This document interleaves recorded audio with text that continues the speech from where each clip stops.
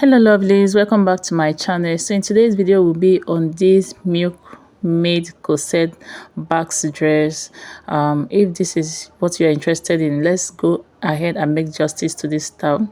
So the first thing I did is to mark my horizontal measurement. That's my chest line, my bust line, my waistline, and don't forget to mark your under bust.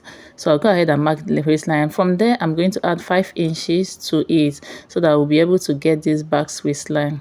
And so I'll go ahead and connect this line. So this is our chest line, then our bust line. So to get your chest line, all you have to do is to divide your bust measurement by 6 and add 1.5 inches to it. I hope this explanation is you get that. So I'll go ahead and connect all these lines straight. So this is our chest line, the bust point, the waist, and then the full length of this gown. So I forgot to mark my under bust. That's what I mentioned earlier. So we are going to go ahead and insert our bust point, our under bust, sorry. So this is our under bust.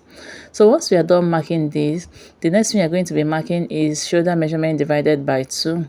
At that point, I'm going down by 1 inch for our shoulder slope. Then I will go ahead and mark 3 inches for the neckline, just the basic neckline. Once I am done with this, we are going to go ahead and I'll go ahead and mark my bust measurement divided by 4. And then I'll go ahead and connect the shoulder slope into the chest line so that we'll be able to connect our armhole curve.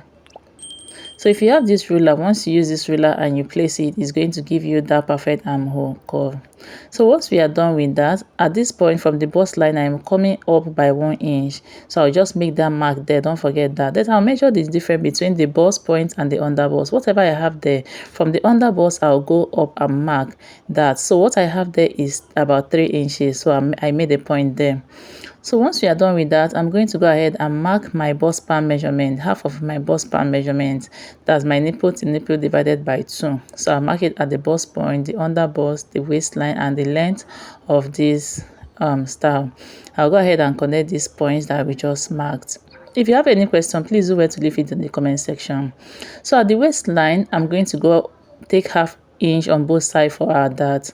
So I'll connect this length, the leg of this dart, onto the under bust, and then I'll connect the other side going towards the full length of this gown. Please do not get to the length of this back line at this point.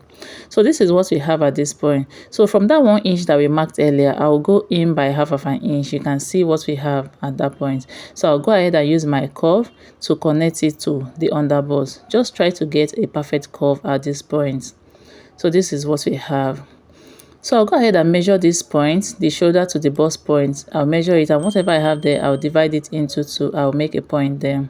And then I'll connect it from that place into the bust line. And then I'm going to use my curve ruler to connect this into the under bust line. Just take your time to find the perfect curve for this. So once you connect that, you're going to go ahead and blend this in very well. So I'll go ahead and connect from that half inch you came in to that one we marked earlier at the upper chest line. And just like you see me do this, please go ahead and connect all these points that we just marked. So we're going to go ahead and connect this, making sure that we trace out every sharp edge and places that is not well placed. So once you are done connecting this, we are going to go ahead and take our full body measurement.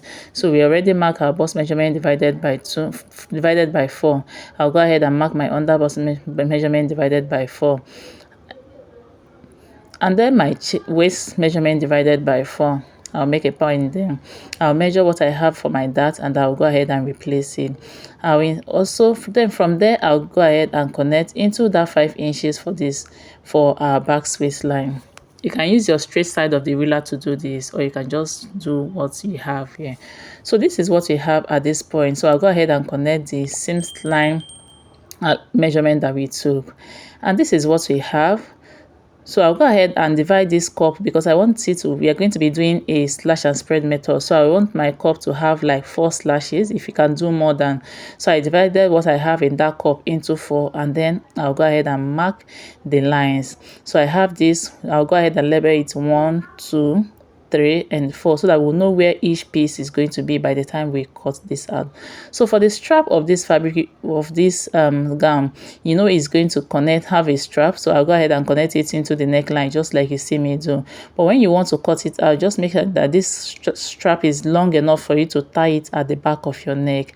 I hope you understand this. For the back bodice, it's not going something complicated, so I'll use my chest line and my waistline for the back bodies. So for the back bodies, you're going to take out 1 inch away from the total back bodies. That's your but the back body divided, your body measurement divided by 4, right? So you're going to take out 1 inch for that, and then you're going to go ahead and create your loop for your corset pattern. And then from here, I'm going to go down by 1 inch to connect it into the into the chest line. The reason for this is so that it's going to sit perfectly on your body at the back. I hope you guys understand this. If you have any question, please do where to leave it on the comment section, and I will respond to you as fast as I can. Please look at the video to see where I am cutting and where I am not cutting. And if you haven't subscribed to this channel, please do where to hit on the subscribe button, join the family. And to my also subscribers, I say thank you very much for all your support. You guys don't know how much I appreciate your support so far. The likes, the comment, the share, I really appreciate it. God bless every one of you. So and don't forget to share my videos to family and friends. So I'll go ahead and cut out every pieces of this pattern. Then I made a notch at for the strap, so know where will be at the shoulder line and where will be at the bust point.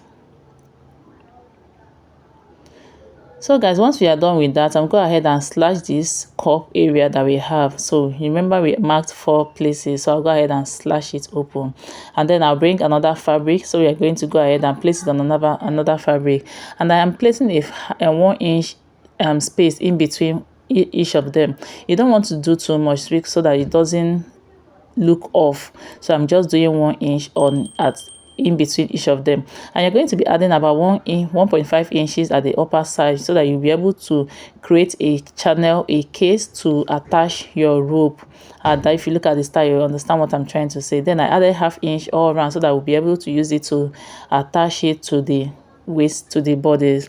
So this is what we have at this point. So I'll go ahead and show you guys how to do this. So the first thing you're going to be doing is to join the dot, so that you have one piece of this pattern. Then you're going to go ahead and attach the curve. While attaching the curve, you just gather this at the or more like the center of the front body. So you gather it as you stitch, and you're going to do the same thing for the other side of this gown. Then you go join every other side of this gown, join the gather part of the lower part of this, and that's it for this style. I hope you find value. Don't forget to give me a thumbs up, subscribe if you haven't already, and if you want to see the sewing tutorial, please leave a comment below and I'll bring it to you. Thank you so much.